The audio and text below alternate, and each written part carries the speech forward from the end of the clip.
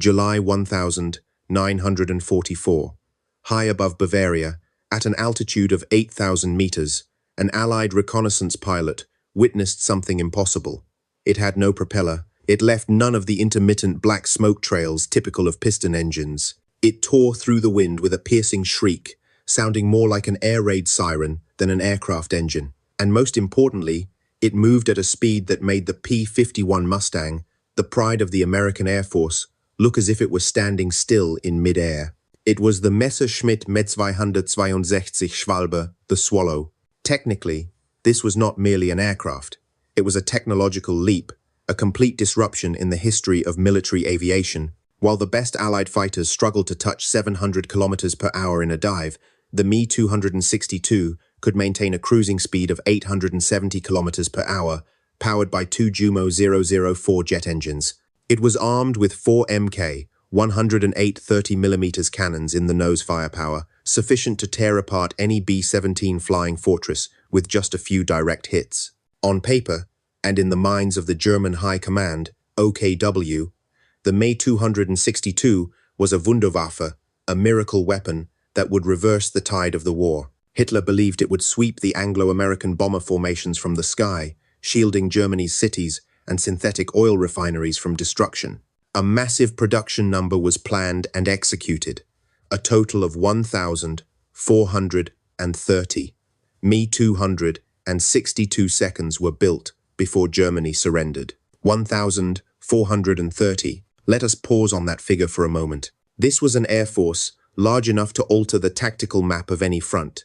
If you possess 1,400 Tiger tanks, you can break any ground offensive. By standard military logic, with 1,400 jet fighters that were completely superior in speed and firepower, the skies over Germany in 1945 should have become a death zone for the Allies. Not a single B-17 should have been allowed to return to England. Not a single P-47 should have dared to fly low to strafe trains. But historical reality is far more brutal than technical specifications. In the final days of the war, as Russian tanks rolled into Berlin and American forces crossed the Rhine, hundreds of Me-262 seconds sat silent on makeshift airfields, hidden in forests, or parked along the Autobahn. They were not shot down in the sky. They were abandoned intact. They were captured before they could ever take off. These swallows, instead of becoming destroyers, became the most expensive souvenirs for Allied technical intelligence teams. Why? This is not a story about pilot courage or design flaws. The Me-262 was a masterpiece. The problem lay elsewhere. We are looking at a systemic failure typical of the Third Reich, a total disconnect between industrial capacity, strategic thinking, and logistic reality. To understand why 1,300 jet aircraft could not stop the collapse of Germany, we cannot look only at the cockpit. We must look into the underground factories, into Hitler's delusional decisions at the Wolfschanze headquarters, and into the dry fuel pipelines. We will dissect a painful truth. In modern warfare, possessing the ultimate weapon is meaningless if you do not have a system to operate it. The Me-262 did not lose to the P-51 Mustang in a dogfight. It lost to the massive American logistics machine and Germany's own administrative chaos. The story begins not in 1944, but with errors made the moment the first blueprints were drawn. A chain of dominoes that turned the world's most terrifying weapon into a desperate and futile effort. To understand the tragedy of the Me-262, we must travel back to the 26th of November, 1943. The location, Insterburg Airfield in East Prussia. The atmosphere, tense. Adolf Hitler was present to witness a demonstration of Germany's latest wonder weapons. Among the prototypes was the Me-262 V6. At this point, the aircraft was ready for mass production as a pure superiority fighter, Jaeger. The Luftwaffe generals, particularly Adolf Galland, General of Fighters, saw this machine as the only way to stop the American daylight bombing raids that were beginning to pulverize German industry. The logic was flawless.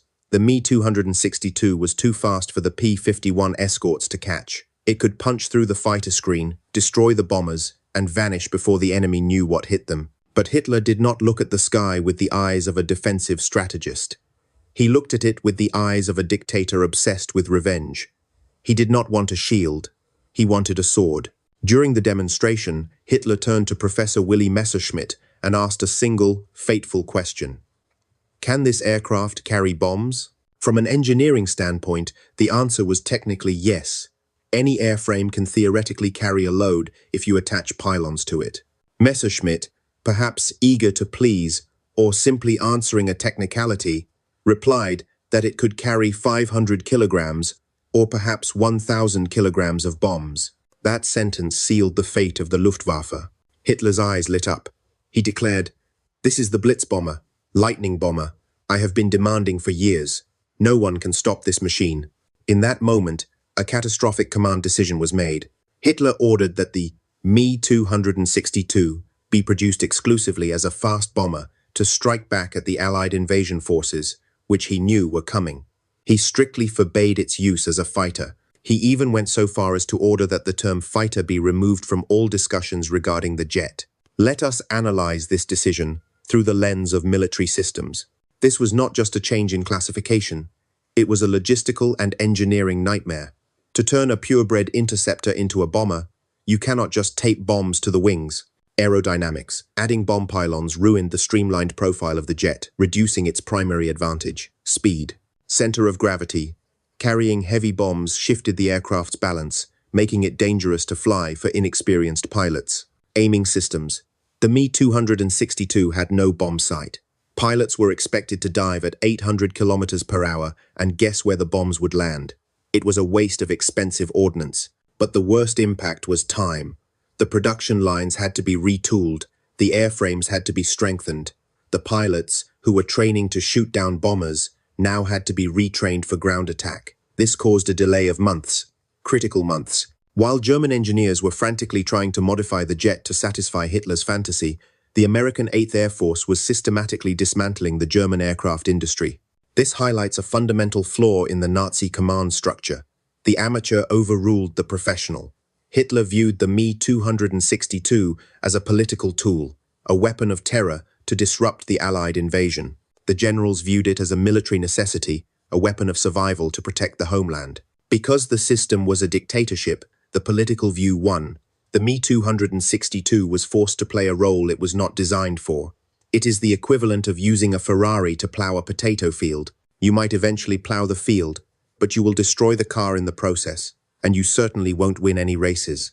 By the time the Blitz bomber order was finally rescinded in late 1944, the Allies had already landed in Normandy, liberated Paris, and were knocking on the door of the Reich. The skies were already black with Allied planes. The window of opportunity, the brief moment where the Me-262 could have been decisive, had been slammed shut by the very man who ordered its creation. But even if Hitler had never interfered, even if the Me-262 had been deployed as a fighter from day one, there was another enemy waiting. An enemy that no amount of speed could outrun. That enemy was the engine.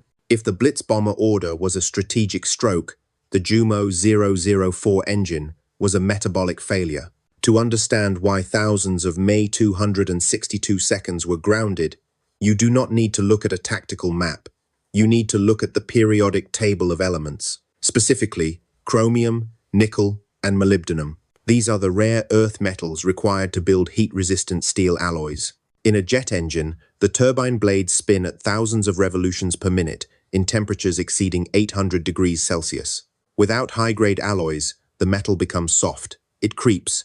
It expands until the turbine blades strike the casing, resulting in a catastrophic explosion. By 1944, Germany's supply of these strategic metals had been severed. The blockade was working.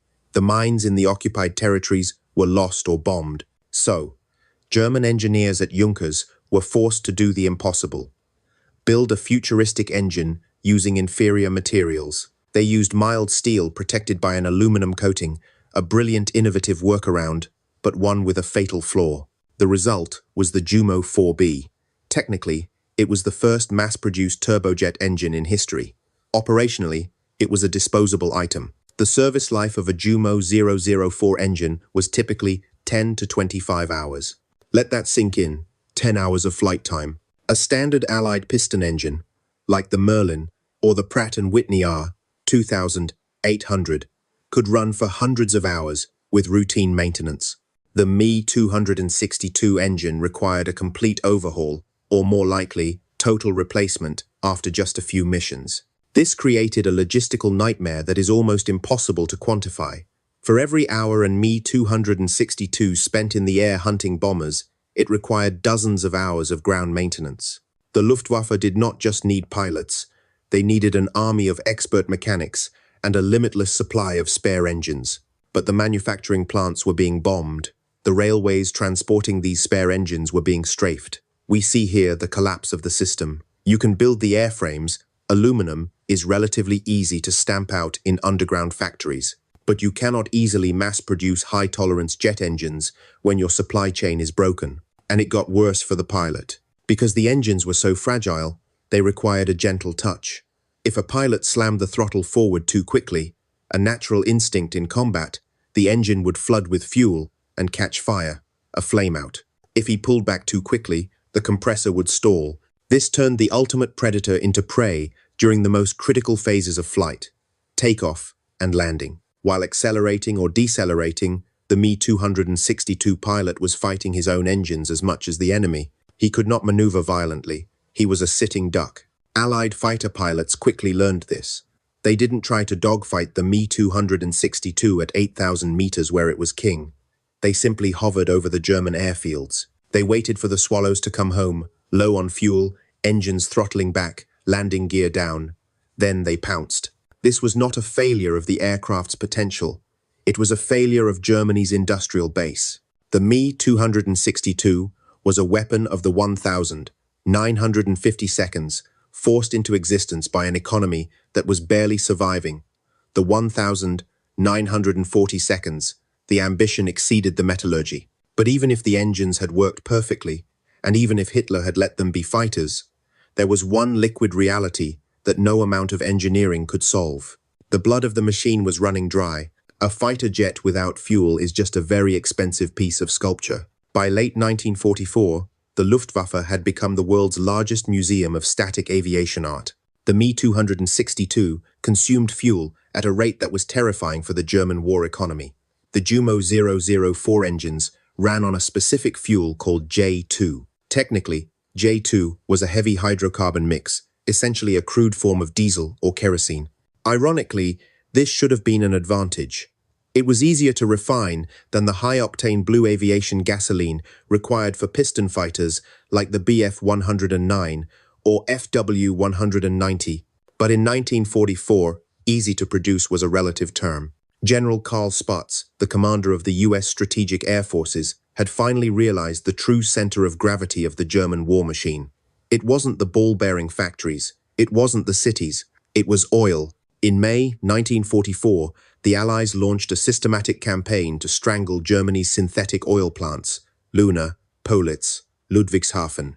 These names became graveyards for the German war effort. The results were mathematical and brutal. In March 1944, Germany produced 180,000 tons of aviation fuel. By September, that number had dropped to 10,000 tons. The Me-262 arrived precisely when the pumps ran dry. This created a theater of the absurd on German airfields. We witnessed the ultimate paradox of the 20th century. The most advanced flying machine ever built, a pinnacle of futuristic engineering, being towed to the runway by oxen and horses. Why? Because the Luftwaffe could not afford to waste a single liter of J2 fuel on taxiing from the hangar to the takeoff strip. Imagine the scene. A muddy airfield, a sleek, silver jet that looks like a spaceship, and pulling it through the mud is a team of farm animals. This image encapsulates the entire failure of the Third Reich. High-tech ambition harnessed to medieval logistics, but the fuel crisis did something far worse than ground the jets. It destroyed the human software. To fly a revolutionary machine like the Me-262, you need elite pilots. You need men who can think at 900 kilometers per hour. You need muscle memory built through hundreds of hours of flight time. But how do you train pilots when you have no fuel? You don't. You put them in gliders.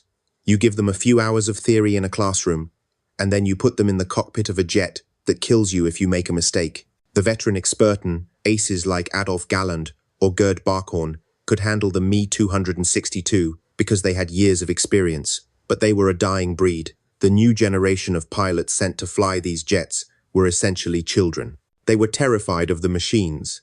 They didn't know how to manage the fragile engines. They didn't know how to aim the cannons at such high speeds. So, even when we managed to scrape together enough fuel for a mission, the effectiveness was pathetic. A formation of 20 jets might take off, but only a few would actually find the enemy. Some would get lost, some would have engine failures, some would crash on landing because they ran out of fuel on the final approach. The fuel shortage created a death spiral. We couldn't fly to intercept the bombers because we had no fuel. Because we couldn't intercept the bombers, they destroyed more oil plants. Because they destroyed more oil plants, we had even less fuel. The Me-262 was designed to be a hunter. Logistics turned it into a scavenger, begging for scraps of kerosene just to survive one more day. But there was one final insult, one final strategic failure that ensured the Me-262 would be remembered not as a savior, but as a tragedy. It wasn't just about the machine, or the fuel, or the pilot. It was about the sky itself, and the overwhelming swarm that was coming to blot out the sun. In warfare, if you cannot win the game, you change the rules. The Allies realized very quickly that they could not win a game of speed against the Me-262.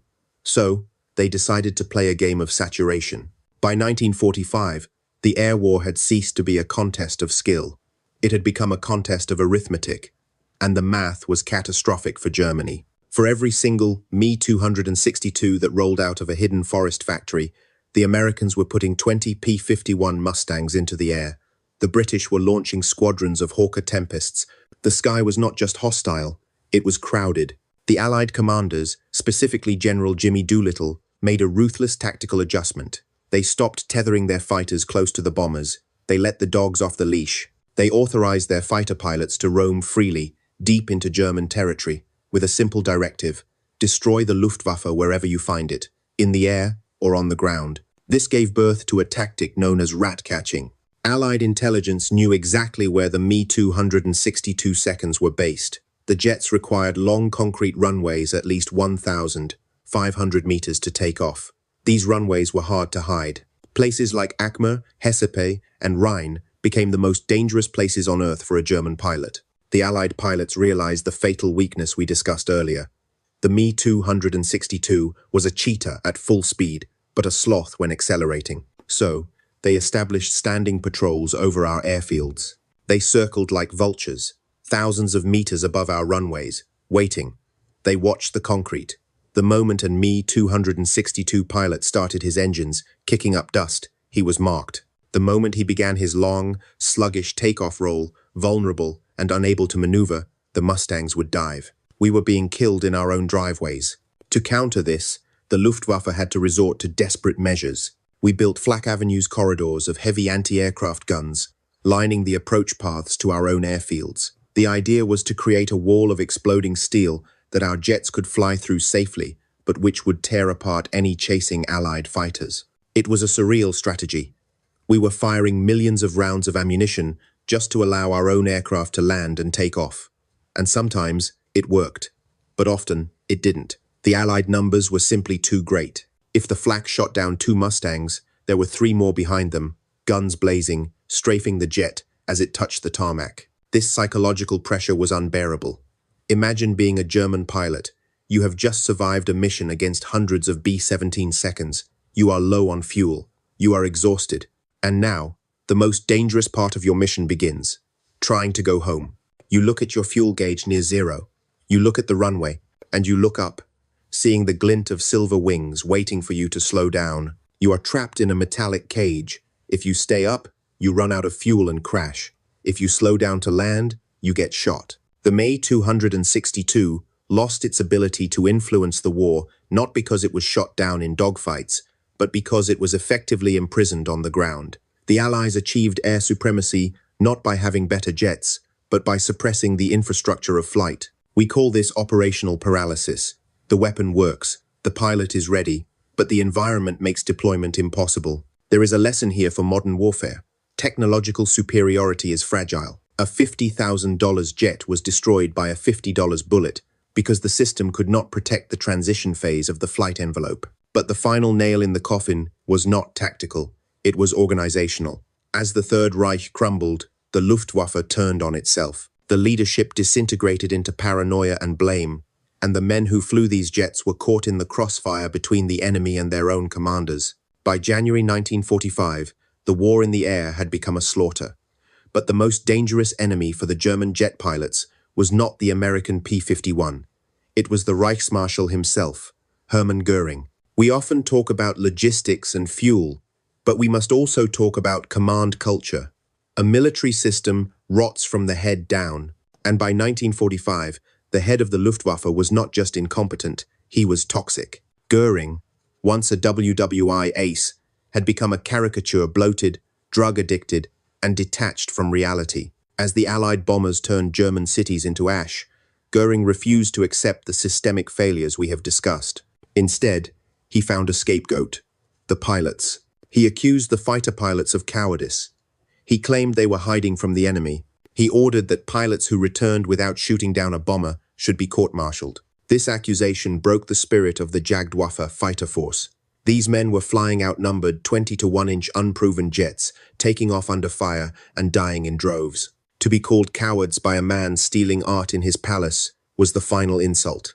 This led to an event unique in the history of the German military: the fighter pilots' revolt. A group of the most decorated aces, men like Günther Lützow, Johannes Steinhoff, and Adolf Galland, confronted Göring directly in Berlin. These were men with hundreds of aerial victories, wearing the Knight's Cross with oak leaves and swords. They were national heroes. They presented a list of demands. They demanded that the Me-262 be prioritized as a fighter, not a bomber. The Blitz bomber argument was still raging. They demanded honesty in reporting. And most dangerously, Lützow told Göring to his face that his leadership was the primary cause of the Luftwaffe's collapse. In any other army, this might have sparked reform. In the Third Reich, it sparked a purge. Göring exploded. He threatened to have them all shot for mutiny. He stripped General Adolf Galland of his command as General of Fighters. He exiled the other aces to remote postings or suicide missions. This was institutional suicide. At the precise moment when Germany needed its most experienced leaders to organize the defense of the Reich using the complex Me-262, the leadership fired them. However, out of this chaos came a strange and fascinating anomaly: Jagdverband 44JV 44. Because Hitler intervened to save Galland from execution, Galland was allowed to form a small, elite unit of Me-262 seconds. It was a squadron of outcasts. He recruited the aces who had been fired or disillusioned. JV-44 became arguably the most elite fighter unit in history. It had more generals and colonels flying as regular pilots than lieutenants. Everyone in the unit had the Knight's Cross. They operated the Me-262 exactly as it should have been operated from the start. They flew as pure hunters. They developed new tactics. They proved, in those final weeks, that the machine was superior. When flown by experts, the Me-262 was untouchable. But there was a tragic irony in their operations. The German flak gunners on the ground were so terrified of Allied planes and so untrained that they shot at anything moving fast. They shot at their own jets, constantly. To stop their own countrymen from killing them, the pilots of JV-44 painted the undersides of their Me-262 seconds bright red with white stripes. They called it the Blockade-starved Parrot Squadron. Think about the absurdity of this system. You have the world's best pilots, in the world's best jets, painted like circus clowns just to survive the incompetence of their own ground defense. JV-44 achieved remarkable kill ratios in the final days, but it was a microcosm of the entire war effort. Individual brilliance utterly wasted by systemic collapse. A few dozen jets, no matter how well flown, could not stop an air armada of thousands. The revolt proved that the software, the pilots, was still functional, but the operating system, the high command, was corrupted beyond repair. As Galland and his experts fought their private war in the south, the rest of the Luftwaffe was being fed into the meat grinder. The experienced pilots were gone, and who replaced them? Children. A weapon system consists of three parts: the hardware, the logistics, and the operator. By February 1945, the hardware was revolutionary. The logistics were broken, but the operator was a tragedy. We witnessed the destruction of the German pilot corps, not by enemy fire, but by our own training syllabus. The Me-262 was an unforgiving mistress. It had a complex cockpit, sensitive throttle controls, and landing speeds that were terrifyingly fast compared to a propeller plane. To fly it safely, you needed a pilot with seat-of-the-pants instinct, someone who could feel the aircraft's energy state without looking at the gauges. In 1940, a Luftwaffe pilot entered combat with 250 hours of flight training. In 1945, a new recruit was lucky to have 50 hours, and almost none of those hours were in a jet. Because of the fuel crisis we analyzed earlier, the Luftwaffe could not afford to let cadets train in powered aircraft. So, we devised a training program that was bordering on criminal insanity. Young boys, recruited from the Hitler Youth, were taught to fly in wooden gliders, the SG-38 Schulgeleiter. They learned basic aerodynamics floating silently over the hills of Bavaria. Then, they were transferred briefly to a piston trainer for a handful of hours. And finally, they were strapped into the cockpit of the Me-262, a twin-engine monster capable of 870 kilometers per hour. Imagine teaching a teenager to ride a bicycle and then immediately putting him in a Formula One car and telling him to race against professionals. That is exactly what we did. The results were predictable and horrific. The Luftwaffe lost more Me-262 seconds to accidents than to enemy fire. New pilots would take off and immediately lose control. They would pull up too hard, stall the compressor, and flip over. Or they would come in for a landing, misjudge the speed because the jet had no propeller drag to slow it down and overshoot the runway, exploding in the trees. The airfields became graveyards for both the machines and the children flying them. Contrast this with the Americans. An American pilot arriving in Europe in 1945 had spent a year training in the safe skies of Texas or Arizona. He had hundreds of hours on type. He knew his P-51 or P-47 inside out. He was well-fed, rested, and confident. When he looked through his gun sight, he saw a German jet flown by a terrified 19-year-old who was more worried about his own engines exploding than checking his six. This was the asymmetry of human capital. War is a Darwinian process. By 1945, the Allies had a system that protected and developed their pilots. Germany had a system that consumed them. General Adolf Galland tried to stop this. He argued that only the experten, aces, should fly the jets. He said, "The Me-262 is not a beginner's plane." But the High Command, desperate for numbers, ignored him. They believed that the technology of the jet would compensate for the lack of skill of the pilot. This is the technological trap, the false belief that a superior weapon makes the soldier superior. It does not. A superior weapon in the hands of an untrained soldier is just a faster way to die. We saw this desperation reach its peak with the Volksjäger, People's Fighter, program the Heinkel He 162. But the Me-262 suffered the same fate. We handed the keys to the future to a generation we had failed to prepare for the present. These young men were brave. They took off into skies black with enemy bombers. But bravery is not a substitute for competence. They were shot down in droves. They crashed on takeoff. They crashed on landing. They died not because the Me-262 was a bad plane, but because the system that put them there had fundamentally collapsed. Germany had run out of time, run out of fuel, and finally, it had run out of men. The Me-262 was supposed to save the Reich. Instead, it became the final coffin for the Luftwaffe's youth. And yet, amidst this wreckage, there was one final element of the story. A grand irony involving the very people we were trying to destroy. As the German armies retreated, the race began, not to destroy the jets, but to steal them. When a military system collapses, the victor does not just occupy the land, he harvests the mind. In April 1945, a strange silence fell over the German airfields. The roar of the flak guns ceased. The bombing stopped.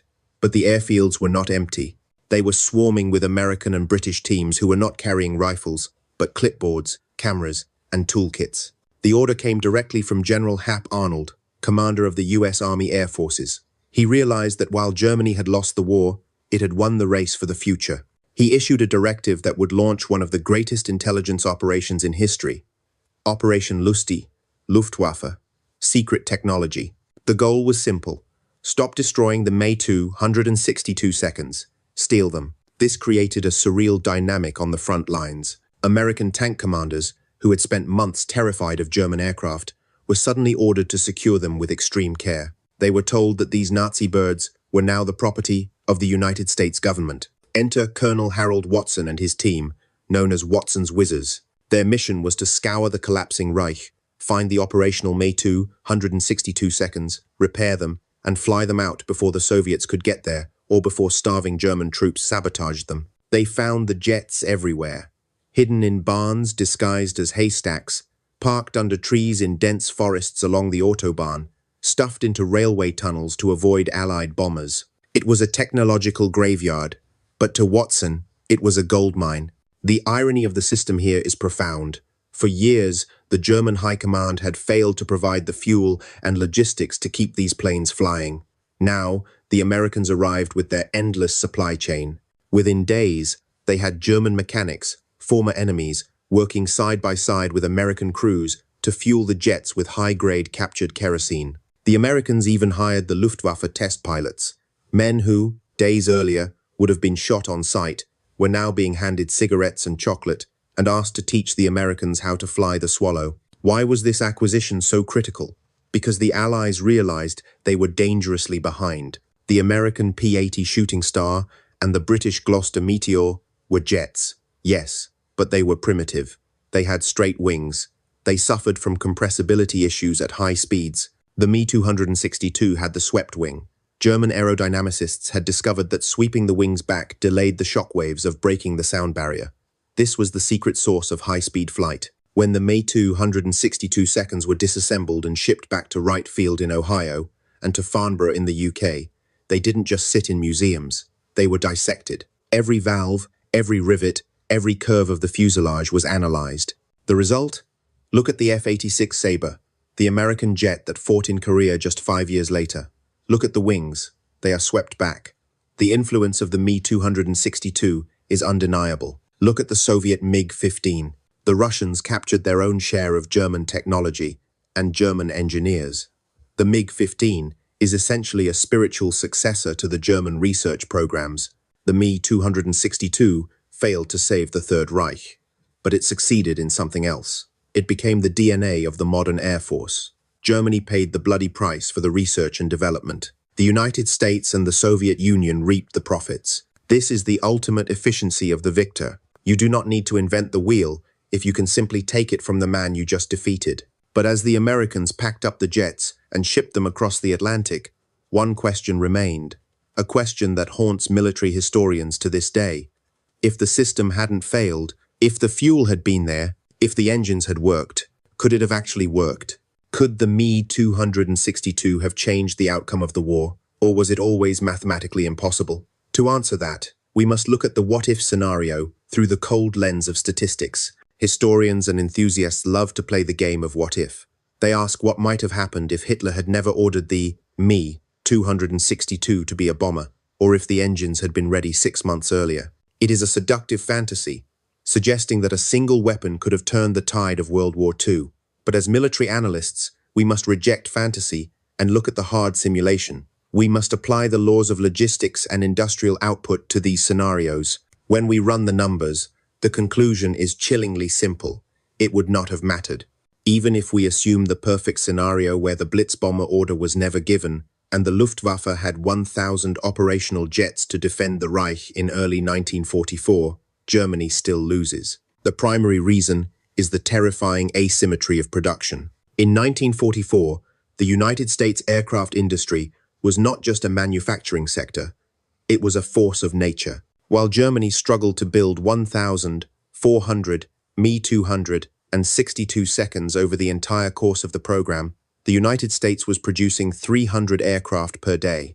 The US produced nearly 100,000 aircraft in 1944 alone. Even if every Me-262 shot down 5 Allied bombers before being destroyed, the Allies could simply replace the losses faster than Germany could rearm the jets.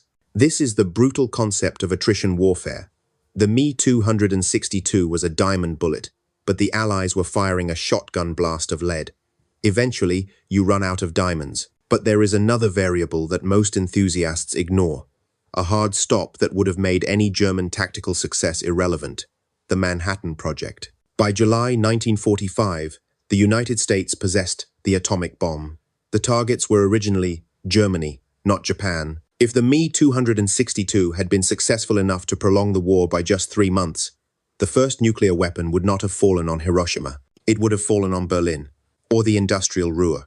The Me-262 could fly at 870 kilometers per hour and climb to 11,000 meters. However, it could not intercept a single B-29 superfortress flying at 10,000 meters, carrying a payload that would vaporize the very airfield the jet needed to land on. The existence of the Me-262 might have actually made the end of Germany more catastrophic, trading a conventional defeat for a nuclear annihilation. Furthermore, a jet fighter is merely the tip of a spear. The shaft of that spear is the infrastructure: electricity, rubber, rare earth metals, and transportation. By 1944, the German railway system was shattered. Coal could not move to power plants. Without electricity, you cannot weld airframes. Without rubber, you cannot make tires for the landing gear. Even if the oil plants were protected, the rest of the economy was dying.